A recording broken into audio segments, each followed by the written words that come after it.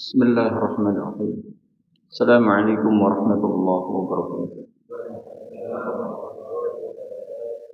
Innal hamdalillah nahmaduhu wa nasta'inuhu wa nastaghfiruh wa na'udzu billahi min shururi anfusina wa min sayyiati a'malina. Man yahdihillahu fala mudilla lahu wa man yudlil fala hadiya lahu. Ashhadu an la ilaha illallah wahdahu la syarika lahu وأشهد أن محمدا عبده ورسوله. قال الله تعالى في القرآن العظيم يا أيها الذين آمنوا اتقوا الله حق تقاته ولا تموتن إلا وأنتم مسلمون. يا أيها الناس اتقوا ربكم الذي خلقكم من نفس واحدة وخلق منها زوجها وبث منهما رجالا كثيرا ونساء واتقوا الله الذي تساءلون به والأرحام إن الله كان عليكم رقيبا. يا أيها الذين آمنوا اتقوا الله وقولوا قولا سديدا يصلح لكم أعمالكم ويغفر لكم ذنوبكم ومن يطع الله ورسوله فقد فاز فوزا عظيما. أما بعد فإن أصدق الحديث كتاب الله وخير الهدي هدي محمد صلى الله عليه وسلم وشر الأمور محدثاتها فإن كل محدثات بدعة وكل بدعة ضلالة وكل ضلالة في النار. Jamaah rahimani wa rahimakumullah. Alhamdulillah, mari kita banyak bersyukur kepada Allah Ta'ala yang terus-menerus memberikan nikmat-Nya untuk kita. Nikmat yang begitu banyak, tidak terhitung jumlahnya. Dari sekian nikmat itu, ada nikmat terbesar yang harus kita prioritaskan untuk kita jaga, kita rawat. Itu nikmat iman wal Islam. Yang kedua, salawat dan salam kita haturkan kepada Rasulullah Muhammad sallallahu alaihi wasallam, kepada keluarga beliau, kepada para sahabat, para tabi'in, tabi'ut tabi'in, dan kita memohon kepada Allah Ta'ala agar nanti di yaumil akhir termasuk orang-orang yang mendapatkan syafaatnya. Amin ya mujibat sa'ilin. Bapak Ibu jamaah yang dimuliakan Allah, kita masih di surah Al-Hasyr. Sudah 2 atau 3 pertemuan, dan malam ini seingat saya masuk di ayat ke-18. Betul ya? Silakan bisa dibuka mushaf Al-Quran atau juga HP-nya yang ada aplikasi Al-Quran. A'udzu billahi minasy syaithanir rajim. يا أيها الذين آمنوا اتقوا الله ولتنظر نفس ما قدمت لغد واتقوا الله إن الله خبير بما تعملون. ولا تكونوا كالذين نسوا الله فأنساهم أنفسهم أولئك هم الفاسقون. لا يستوي أصحاب النار وأصحاب الجنة أصحاب الجنة هم الفائزون.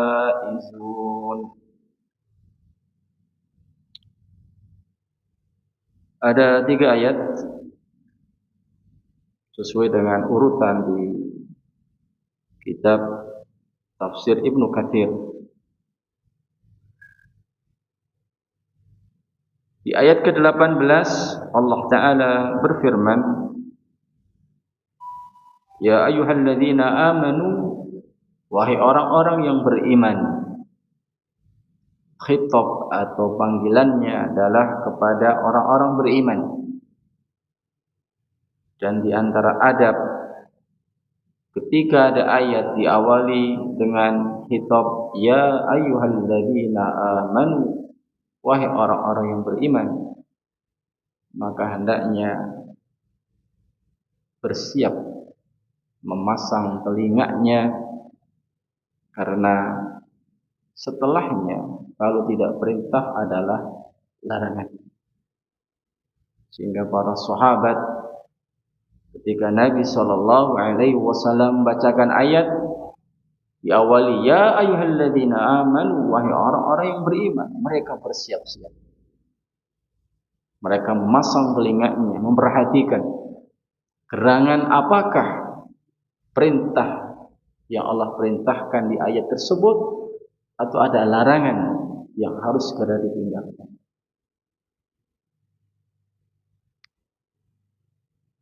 Nah, di sini Allah Ta'ala memerintahkan ittaqullah. Bertakwalah kepada Allah. Bertakwa maknanya al-imtisalu lillah, mengerjakan perintah-perintah Allah, kemudian meninggalkan larangan-larangannya.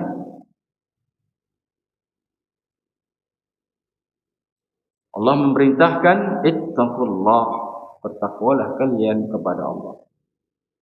Dan perintah dengan redaksi ittaqullah dalam Al-Quran banyak sekali, lebih dari 50 kali diulang. Ya, ittaqullah, bertakwalah kepada Allah. Orang yang paling mulia di sisi Allah adalah yang paling bertakwa. Ukurannya bukan materi, banyaknya harta dia menjadi orang mulia, bukan dengan kedudukan atau jabatan, bukan pula karena nasabnya, tapi semua tidak ada artinya ketika dia tidak bertakwa kepada Allah. Menjadikan barometer ukuran seorang mulia di sisi Allah adalah ketakwaan. Inna akramakum indallahi atqakum. Sungguhnya yang paling mulia di antara kalian di sisi Allah adalah yang paling bertakwa. Tentu kita ingin jamaah, ingin menjadi orang yang paling mulia di sisi Allah, yang barangkali mungkin hina di hadapan manusia, dipandang sebelah mata, karena mungkin dia orang yang kekurangan harta, dia tidak memiliki jabatan tinggi di dunia, dia orang biasa. Tapi ingat, Nabi SAW pernah menyebutkan orang yang as'afa akhbara, yang rambutnya acak-acakan, penuh debu, bukan madfu'un fil bab. Kalau orang itu bertamu ada depan pintu, orang enggan untuk membukakan pintu itu. Orang acak-acakan rambutnya, berdebu. Tapi apa kata Nabi? Lau aqsama Allah la barra. Kalau dia bersumpah menyebut nama Allah, akan dikabulkan. Kenapa? Karena dia mulia di sisi Allah, menjadi kekasihnya Allah, walaupun mungkin di sisi manusia dia dipandang sebelah mata. Bertakwa kepada Allah ini diulang dalam ayat Al-Quran lebih dari 50 kali. Dan bertakwa dimanapun dan kapanpun kita berada jamaah. Nabi yang mulia SAW bersabda, ittaqillah haitsuma kunta. Bertakwalah kamu kepada Allah dimanapun kamu berada. Di masjid bertakwa kepada Allah, di rumah, di tempat kerja, di perjalanan, di mana saja senantiasa bertakwa kepada Allah, diukur dengan qala Allah, qala Rasulullah. Selalu bertindak dengan ukuran tadi. tidak keluar daripada koridor Alkitab was Sunnah. Dimanapun kita berada. Ya. Ittaqillah haitsu ma kunta.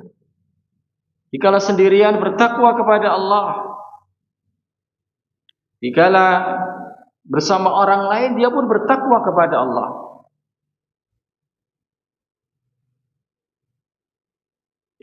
Haitsu ma kunta, dimanapun kita berada. Wa atbi'is sayyi'atal hasanata tamhuha. Kata Nabi, ikuti perbuatan buruk dengan perbuatan baik. Ikuti perbuatan buruk dengan perbuatan baik.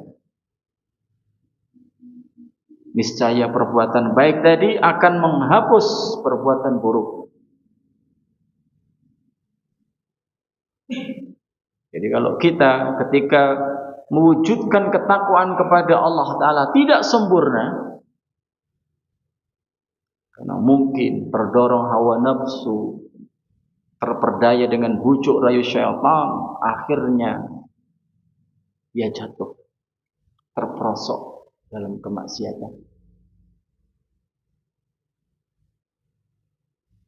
Maka diperintahkan oleh Nabi SAW, ikuti perbuatan buruk tadi. Ya, iringi dengan perbuatan baik, niscaya akan menghapusnya. Jangan ditunda segala bertobat kepada Allah, kemudian menata diri,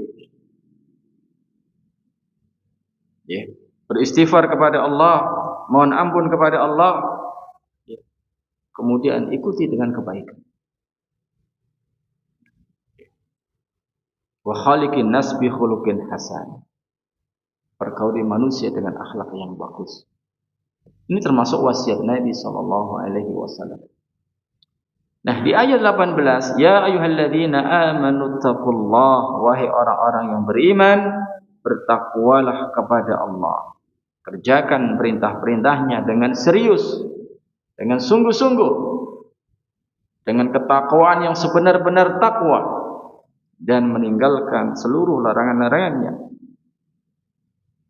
Kemudian Allah Ta'ala melanjutkan, wal tanzur nafsum ma qaddamat lighad. Wal tanzur nafsun. Ini kata gantinya, dhamirnya lompat. Kalau tadi jamaah, dhamirnya adalah, dhamir itu kata ganti, orang kedua. Bertakwalah kalian kepada Allah. Itu jualah kalian. Tapi lanjutannya, wal tanzur nafsun. Hendaknya setiap diri memperhatikan, melihat. Allah tidak melanjutkan hendaknya kalian melihat apa yang sudah kalian persiapkan untuk menghadapi hari esok. Tidak dengan kata ganti kedua. Dalam ilmu balaghah disebut iltifat. Iltifat itu berpindah dari satu khitab, dari satu khitab ke khitab yang lain, dari satu dhamir ke dhamir yang lain. Ini untuk keindahan dalam Al-Quran, sehingga orang lebih memperhatikan. Ya, tentu ini bagi orang yang tahu tentang rahasia-rahasia bahasa Arab. Jadi, makanya Bapak Ibu yang memiliki kemampuan, ya, baik ya, sudah tua apalagi masih muda, ya, belajar bahasa Arab. Wal tanzur, dengan kata ya, tanzur, melihat. Meskipun melihat ini ada sinonim, ya, artinya ada kata lain seperti ra'a yara, ada nazara yanzuru. Melihat. Ra'a yara juga melihat. Tapi para ulama lughah menyebutkan bahwa nazara yanzuru, ya, itu lebih pada ta'ammul. Ta'ammul itu melihat dengan memperhatikan. Melihat dengan memperhatikan, berpikir dalam, merenungkan. Jadi yang melihat tidak hanya mata, tapi juga Tidak hanya mata di kepala, tapi juga mata hati. Ya, ini. Wal tanzur nafsun, hendaknya setiap diri melihat. Maksudnya melihat, memperhatikan apa saja qaddamat lighat, yang telah dia perbuatnya lighat untuk hari esok. Jadi setelah Allah perintahkan kita untuk bertakwa kepadanya, Allah perintahkan agar kita mengevaluasi, agar kita muhasabah, introspeksi. Apa yang sudah disiapkan? Perbuatan-perbuatan, amalan-amalan apa saja yang sudah dipersiapkan untuk lihat, untuk hari esok.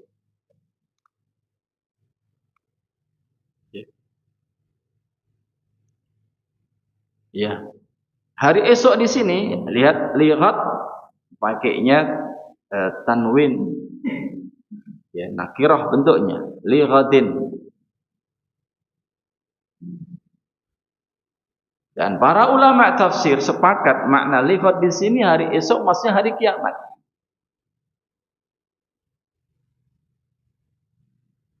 Jadi orang-orang beriman di ayat ini, bagaimana di awal khitabnya, ya ayyuhalladzina amanu, diperintah untuk ittaqullah, bertakwa kepada Allah. Yang kedua diperintah untuk introspeksi, muhasabah. Wal tanzur nafsum ma qaddamat lighad. Hendaknya setiap diri melihat, memperhatikan apa yang telah diperbuatnya untuk hari esok.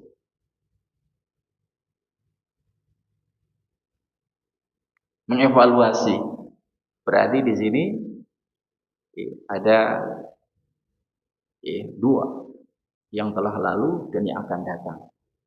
Karena waktu itu kan berarti 3 ya.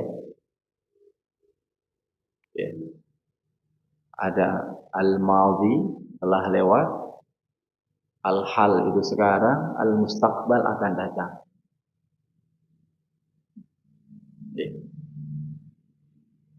Waktu yang milik kita itu yang 2 di awal, al-madhi. Ya sudah lewat berarti itu milik kita. Artinya sudah kita lewati, sudah terjadi pada kita, itu milik kita.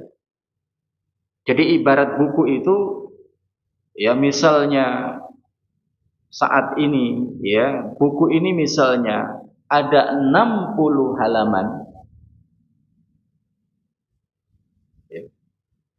dan saat ini sudah ditulis 40 halaman, tinggal sisa 20 halaman.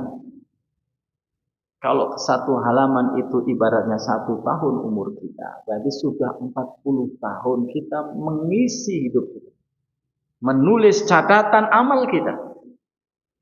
Bukan menulis, yang menulis malaikat, kiraman katibin, malaikat mulia yang mencatat. Ya. Tapi bahan mencatatnya dari siapa? Dari kita. Nah, yang sudah lewat ini dievaluasi, dikalkulasi, dihitung. Bagaimana nanti untuk menghadapi tadi lihat, yaitu hari kiamat. Waktu esok maksudnya hari kiamat.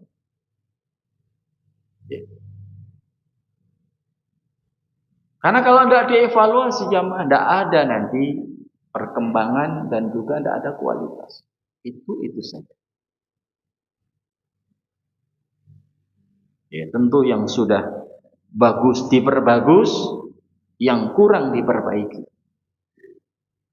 Kita sholat misalnya jamaah, sudah berapa tahun kita sholat?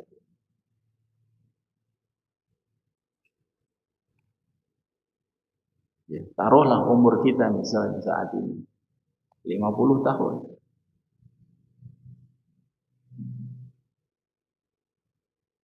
Kalau dipotong usia anak-anak misalnya 10 tahun, berarti kurang lebih 40 tahun kita sudah sholat.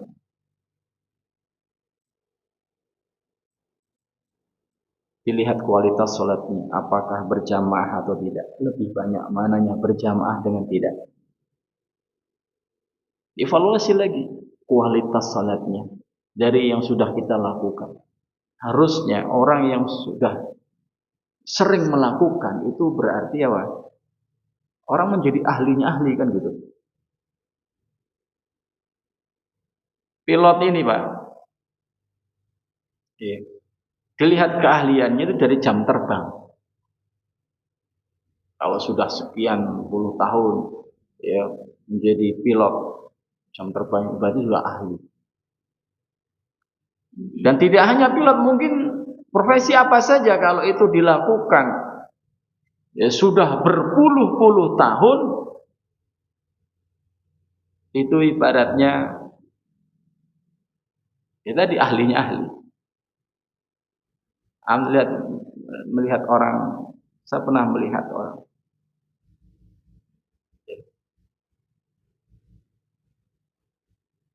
di sini ada yang bikin sarung di tenun itu. Di sini Petarukan ada ya, ada di sana Pekajangan. Saya melihat itu sambil ngobrol kakek gitu.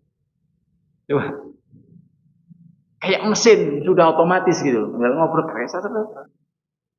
Coba antum yang melek memperhatikan serius bisa enggak? Enggak, kenapa? Karena baru.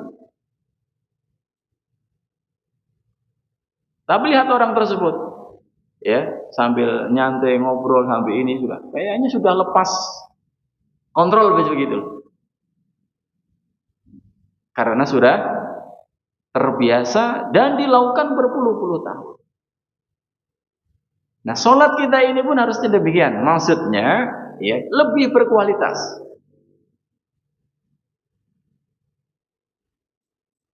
Ya. Kalau dulu sholatnya begitu-begitu saja, hanya taraf di zahir, ya belum bisa khusyuk, berusaha untuk bisa khusyuk. Ya, misalnya, ya Isya nanti ini 4 rakaat, belum bisa khusyuk seluruhnya 4 rakaat, dapatlah misalnya 2 rakaat separuhnya. Artinya betul-betul dia bisa menikmati sholatnya, bisa merenungi apa yang kita baca dalam sholat.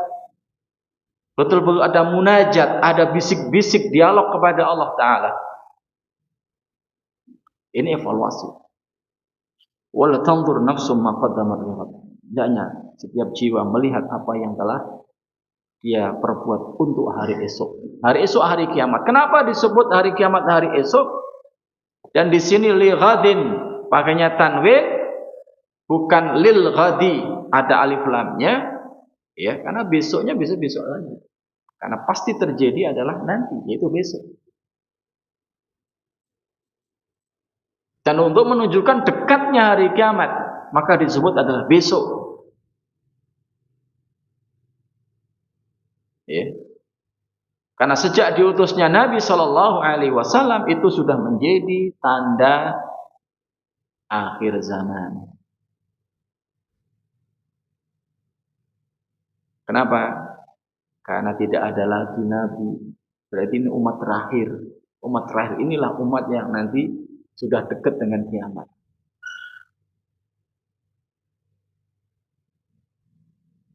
Ya. Maka disebut lihat. Wattaqullah, dan bertakwalah kepada Allah. Ini diulang.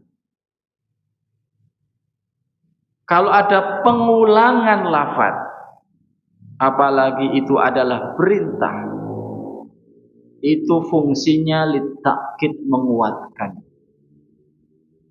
Di awal ayat, ya ayyuhalladzina amanu taqullah. Wahai orang-orang beriman, bertakwalah kepada Allah. Wala tanzur nafsum ma qaddamat lighad. Hendaknya setiap diri mempersiapkan perbuatan apa saja yang sudah dilakukan untuk menghadapi hari esok, hari kiamat. Wattaqullah, diulang perintahnya, dan bertakwalah kepada Allah. Ini kalau dalam tata bahasa Arab adalah lit-taukid, untuk memberikan penegasan. Jadi betul-betul jangan remehkan.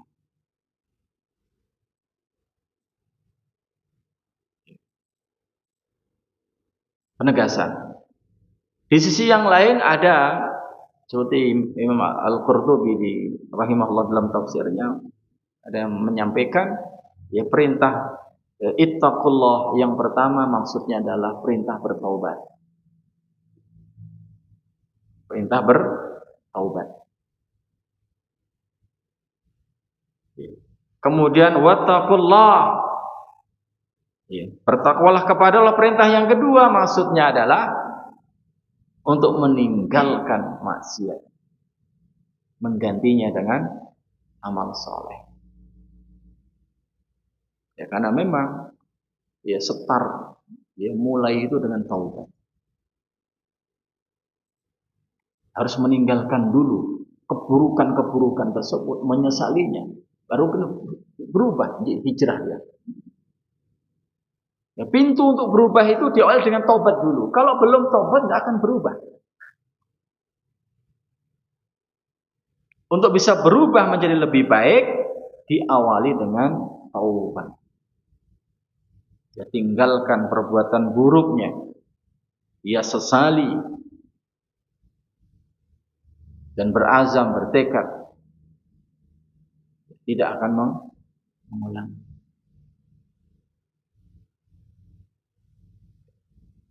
Maka setelah taubat dia mulai berubah sedikit demi sedikit secara cepat.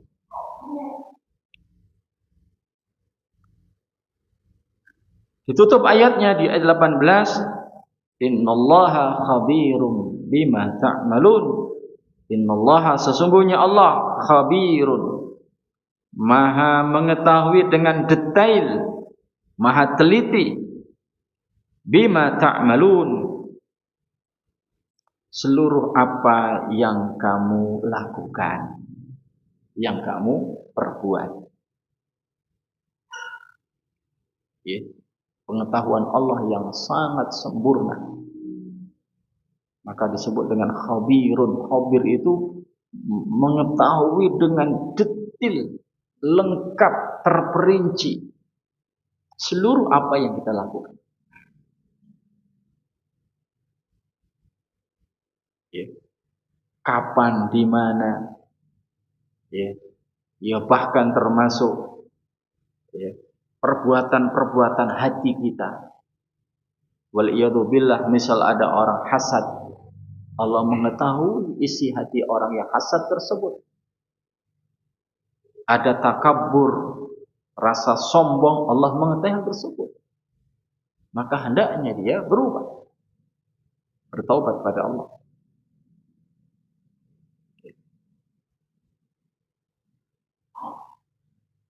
Sehingga ya, penutup ayat ini, innallaha khabirum bima ta'malun, sesungguhnya Allah maha mengetahui dengan detail, dengan teliti seluruh apa yang kamu lakukan, apa yang kamu perbuat. Ini yang pertama, memberikan semangat kepada kita untuk berbuat baik, beramal saleh. Kenapa Allah mengetahuinya dengan detail? Sehingga kita tidak akan meremehkan perbuatan-perbuatan baik tersebut meskipun mungkin itu adalah dipandang sangat kecil. Makanya Al-Imam Ibnu Katsir ketika menafsirkan ayat ini, beliau membawakan hadis riwayat Imam Ahmad, hadis yang panjang, bahwa ketika Nabi SAW di siang hari sedang berkumpul dengan para sahabat, lalu ada sekelompok orang yang mereka itu kalau bahasa kita ngenes, sekelompok orang datang, bajunya itu lusuh, compang-camping, ya, tidak beralas kaki, maksudnya jangankan sepatu, sendal aja ndak, nyeker. Ya, wajahnya lusuh sampai disebutkan pipinya ini begini apa ya, sampai karena saking kurusnya ini tulang itu apa namanya kelihatan. Orang kalau kurus itu kan jadinya ya, sambil membawa pedang. Mayoritas mereka ini dari suku Mudhar. Melihat hal itu maka wajahnya Rasulullah sallallahu alaihi wasallam berubah, maksudnya sedih. Beliau sedang bersama para sahabat dalam satu majelis, ada rombongan datang, dilihat kondisinya begitu. Kurus, matanya cekung, pucat, ininya pakaiannya compang-camping, ya nyeker, tidak ada alas kaki, atau bayangkan gitu. Di padang pasir nyeker, ya. Panas. Jadi wajahnya Nabi berubah karena sedih. Maka beliau pun masuk rumah. Allah Ta'ala barangkali ingin membantu, mengambil apa yang bisa untuk dibantu. Ya, tapi barangkali tidak ada, lalu beliau keluar memanggil Bilal untuk memandangkan azan, iqamat, lalu sholat. Setelah sholat beliau berkhutbah. Khutbahnya Nabi ini ada dua, ada khutbah yang temporer itu sewaktu-waktu kan ada keperluan beliau berkhutbah, ada khutbah yang ini rutin seperti khutbah Jumat, khutbah Id, ya, kemudian dalam sholat kusuf gerhana misalnya. Beliau pun setelah sholat beliau berkhutbah, ya, seperti biasa. Dalam khutbah dia disampaikan khutbatul hajat, ya ayuhan nas ittaqu rabbakumul ladzi khalaqakum min nafsin wahidah ila akhir ayat. Kemudian setelah itu beliau membaca ayat ya ayyuhalladzina amanu taqullaha wal tanzur nafsum ma qaddamat lighad. Membaca surah Al-Hasr ayat 18 yang kita tadi sedang baca. Ya. Itu perintah untuk bertakwa kepada Allah dan juga perintah agar setiap orang mempersiapkan diri, melihat dirinya, persiapan apa yang sudah dia lakukan, perbuatan-perbuatan apa ya untuk persiapan hari esok yaitu hari kiamat. Setelah itu Nabi sallallahu alaihi wasallam bersabda setelah membacakan ayat tadi. Tasaddaqa rajulun min dinarihi min dirhamihi min sa'i burrihi min sa'i tamrihi hatta qala walau bisyikki tamratin. Nabi bersabda, hendaknya seorang itu bersedekah dengan dinarnya. Dinar itu mata uang dari emas. Hendaknya dia bersedekah dengan dirhamnya, mata uang perak, atau dengan sok gandumnya. Satu sok itu segini. Berapa kali? 4 kali. Ini namanya mud, satu mud. Dua telapak tangan digabungkan, tangannya orang Arab, bukan tangan saya kecil nih. Ambil gandum 4 kali, namanya satu sok. Ini satu mud, 4 mud, satu sok. Kata Nabi, min sa'i burrihi. Ya, bisa dengan sedekah satu sok gandumnya. Min sa'i tamrihi, satu sok kurmanya. Sampai beliau bersabda walau bisyikki tamratin, meskipun hanya separuh dari satu butir kurma. Kecil atau banyak? Kecil. Ya, kamu mampunya begitu gimana? Bukankah Aisyah pernah bersedekah hanya tiga butir kurma? Ya tahu? Disebut dalam hadis yang sahih. Ya, ketika ada ibu-ibu yang sudah tua bawa 2 anaknya datang ke rumahnya Aisyah, dilihat tidak ada makanan kecuali 3 butir kurma. Antum di rumah nurah-nurah makanan. Saudara kita di Sumatera, di Aceh, Tapanuli, ada yang tidak makan 2 hari ini. Kita doakan mudah-mudahan Allah berikan kesabaran yang meninggal ditulis sebagai syuhada, orang yang mati syahid. Ya, kata Nabi, walau bisyikki tamratin, meskipun dengan separuh dari satu butir kurma. Menunjukkan sedikit atau banyak? Sedikit. Ya. Tapi sedekah itu dinilai bukan dari sisi jumlah nominal. Dinilai dari sisi prosentase. Kalau orang kaya, ya, gaji sebulan 200 juta. Ya, orang mana ini? Orang BUMN. Ini ada bekas BUMN. Ya, itu pernah di itu kan berapa Pak BUMN? Bulan 200 juta. Sebulan. Kalau dia sebulan sekali mengeluarkan uang, ya, 10 juta. 10 juta. Masjid A dikasih 2 juta, masjid B 2 juta, panti asuhan C dikasih 2 juta, tangga yang ini. Pokoknya 10 juta.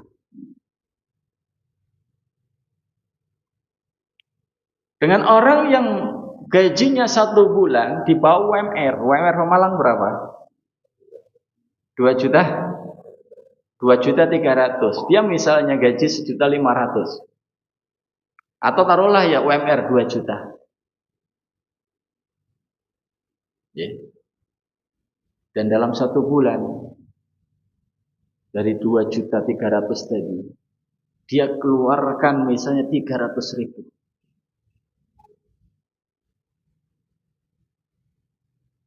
Lebih besar mana Pak?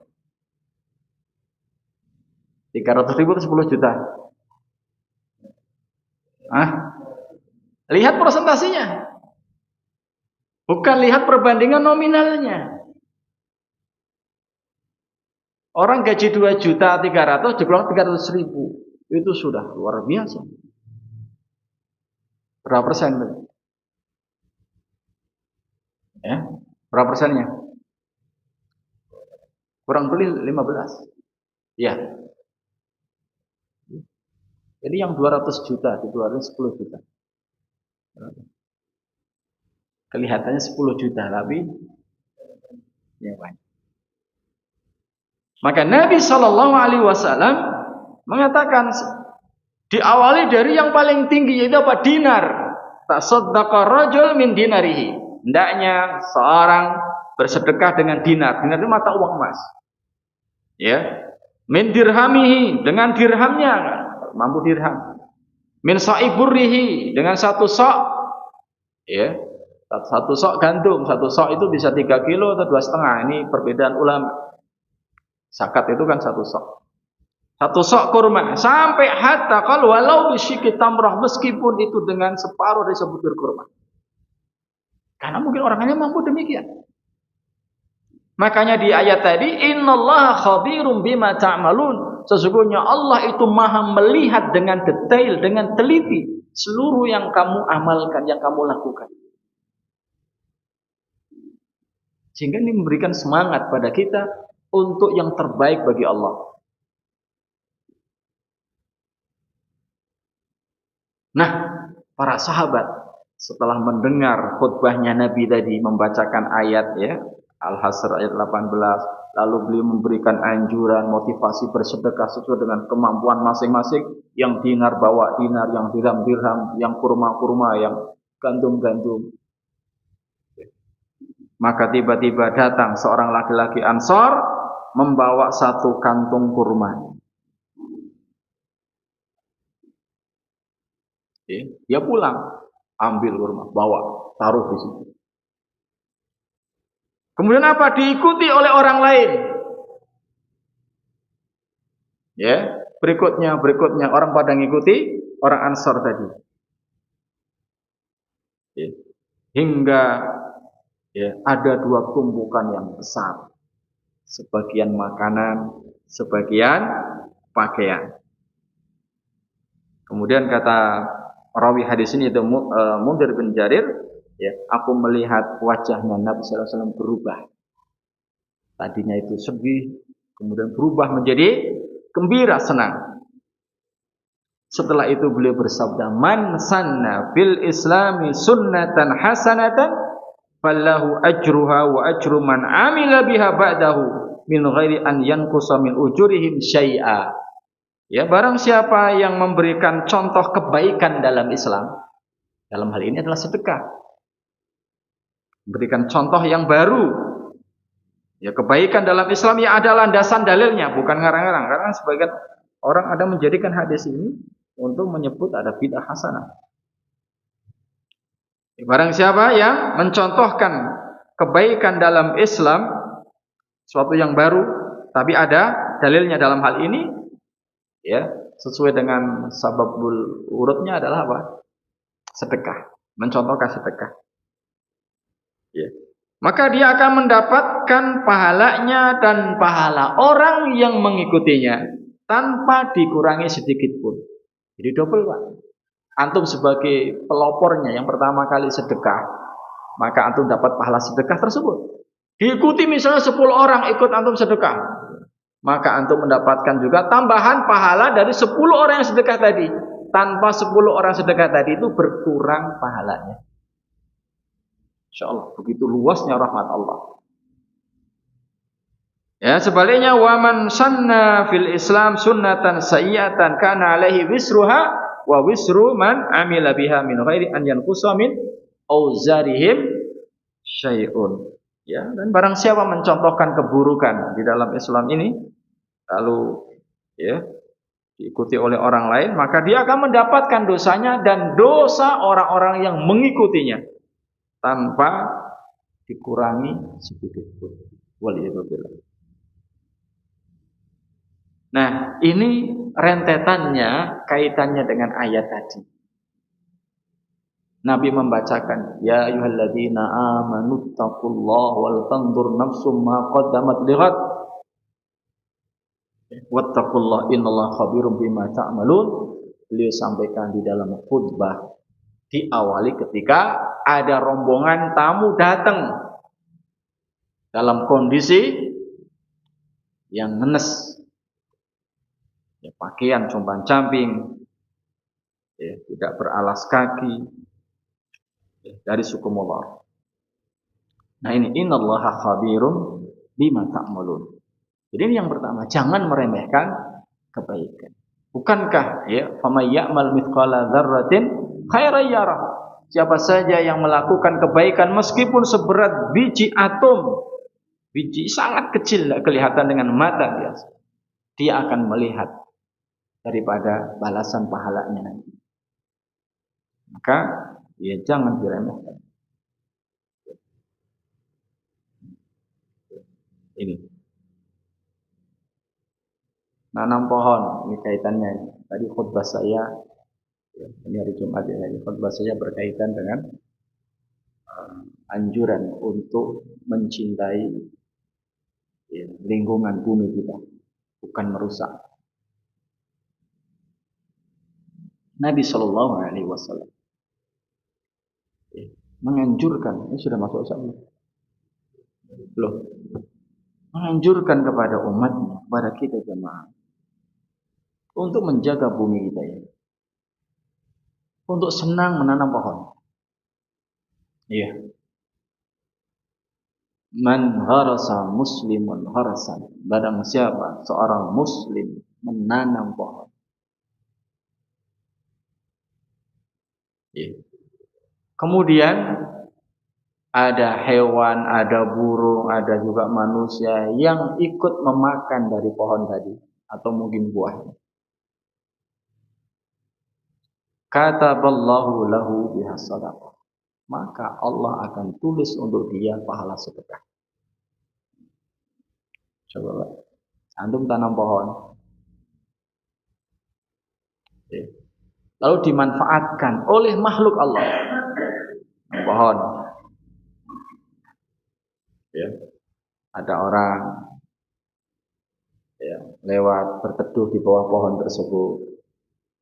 Ada burung istirahat, hinggap di situ. Ada mungkin buat sarang di situ. Ya. Mungkin juga buahnya dimakan oleh burung, dimakan oleh lawar, mungkin juga diambil oleh manusia, bahkan dicuri oleh manusia, itu pun ditulis sebagai sedekah. Mungkin kayu bakar, kayunya ini diambil untuk kayu bakar. Mungkin daunnya juga ada orang yang ngambil. Rambanan bikin ternak atau mungkin buat herbal atau apa. Intinya semua bermanfaat. Antum mendapatkan pahala sedekah. Nah ini sedekah jariah. Karena selagi pohon itu masih hidup, masih tegak, dan memberikan manfaat untuk orang lain, antum sudah meninggal, antum terpanen pahalanya. Masya Allah. Ini yang kita rawat. Tapi saat ini, ya, justru generasi, ya, anak-anak muda kita ini malas untuk menanam pohon. Beda dengan orang-orang tua kita. Coba pohon kelapa sudah lama, Pak. Saya di belakang rumah itu ada 5, ya, sudah tidak ada.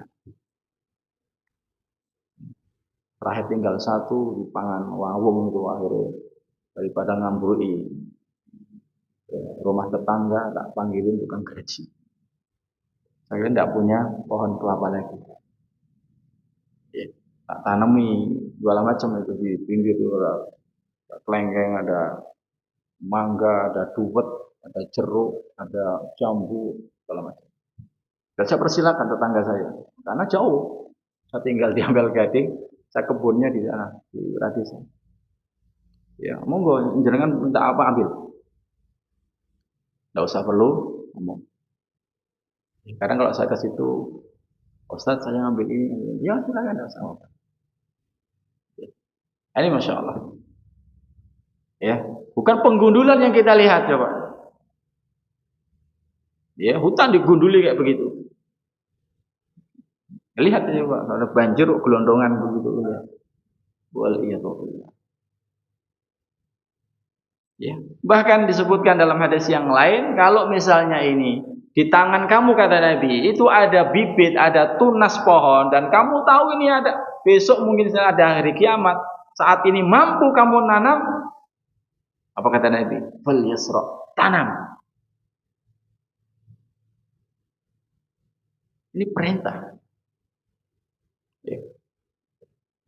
Jadi senang dengan pohon, penghijauan, ya, menjaga lingkungan agar lebih sehat, udara bersih, tidak ada polusi. Ini pohon, Masya Allah, ya, karbon dioksidanya diserap, lalu mengeluarkan O2, sehingga oksigen bisa kita. Makanya hutan itu disebut paru-paru dunia.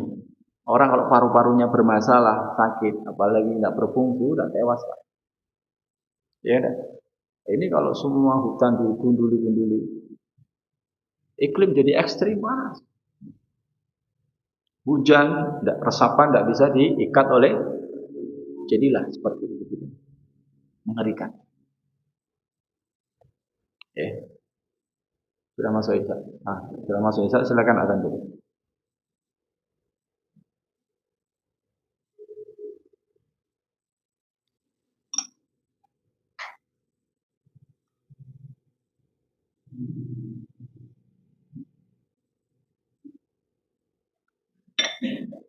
Allahu Akbar, Allahu Akbar.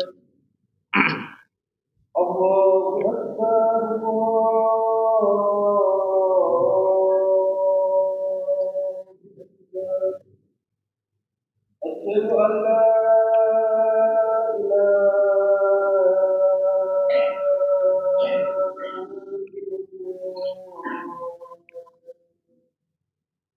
أشهد أن لا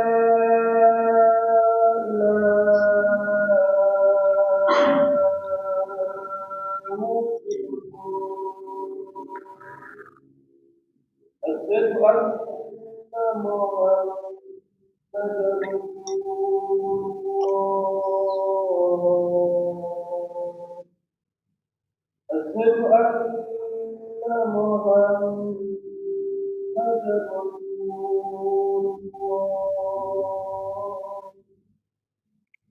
حي على الصلاة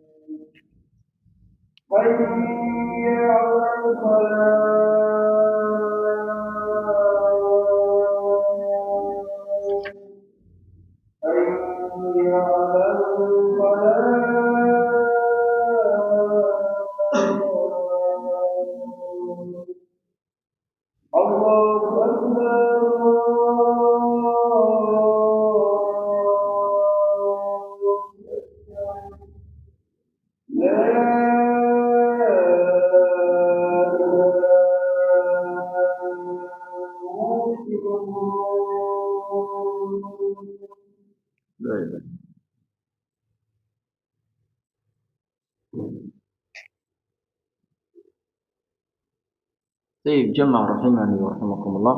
Ya, jadi ayat ini ditutup dengan innallaha khabirum bima ta'malun. Sesungguhnya Allah itu khabirun, maha mengetahui dengan detail, dengan teliti bima ta'malun, dengan apa saja yang kamu lakukan, yang kamu perbuat. Ya, maka ya, tadi ya, sifat muraqabatullah ini harus ada pada kita. Rasa diawasi oleh Allah karena Allah mengetahui dengan detail, ya, sehingga bisa menumbuhkan sifat ihsan, senantiasa beribadah kepada Allah Ta'ala seakan kita melihatnya, kalau tidak adalah yakin Allah melihat kita. Kita persembahkan yang terbaik kepada Allah. Kenapa? Kan Allah melihat, mengetahui kita dengan detail, ya. Tidak meremehkan kebaikan meskipun dianggap mungkin kecil. Sebagaimana kata Nabi, walau bisyikit tamrotin, meskipun sedekahnya ini adalah separuh dari sebutir. Kalau memang dan Aisyah itu kan 3 butir diberikan kepada si ibu tadi. Ya, masing-masing kasih satu. Ya, lep-lep. Ampun kayak. Dengan 1 butir, ya ibu ini lihat anaknya dibelah jadi 2. Dikasihkan kanan kirinya anaknya. Ya. Dan disampaikan hal itu kepada Nabi Sallallahu Alaihi Wasallam. Ya, masya Allah. Yang kedua, innallaha khabirum bima ta'malun. Dengan ayat ini, yang pertama tadi adalah mempersembahkan yang terbaik untuk Allah karena Allah mengetahui dengan detail. Ya. Maka yang kedua adalah menghindari seluruh apa saja yang mendatangkan murka Allah. Dan tidak kita meremehkan. Itu toh. Dosa meski itu kecil jangan pernah diremehkan. Jangan pernah diremehkan. Kecil apabila dilakukan tidak bertobat, lakukan lagi. Menjadilah itu dosa besar, ya. La kabirata ma'al istimrar. Tidak ada dosa la saghirata ma'al istimrar. Tidak ada dosa kecil kalau itu dilakukan terus-menerus. Ya, gunung itu kan kumpulan dari pasir. Jadilah gunung yang besar. Demikian juga, ya, dosa kalau dianggap kecil terus-menerus dilakukan, jadilah dosa besar. Ya, maka ya, jangan pernah meremehkan dosa. Ya, sifat orang mukmin adalah takut. Yang dilihat bukan kecil besarnya dosa, dan dilihat kepada siapa dia melakukan dosa. Adapun orang munafik, dia meremehkan dosa. Ya, ibaratkan hanya lalat yang mau hinggap hidung dihinggap, remehkan. Tapi bagi orang mukmin, ya terkait dosa adalah ibarat dia duduk di bawah gunung yang tinggi, dia takut gunung itu akan menimpa dia. Nah, jemaah yang dimuliakan Allah Ta'ala, ini yang bisa kita sampaikan, ya. Jadi poinnya adalah yang pertama, Allah memerintahkan agar bertakwa kepada Allah. Kemudian perintah yang kedua adalah untuk muhasabah. Setiap kita diperintah untuk memperhatikan, ya, apa saja yang sudah kita lakukan untuk mempersiapkan bertemu hari esok, yaitu hari kiamat. Kemudian yang ketiga, perintah untuk muraqabah, merasa diawasi oleh Allah Ta'ala. Karena diantaranya di ayat ini disebutkan innallaha khabirun bima ta'malun. Ya, mudah-mudahan bermanfaat untuk saya dan saudara sekalian. Ya, sebelum kita akhiri, ada hal-hal yang mungkin belum jelas ditanya.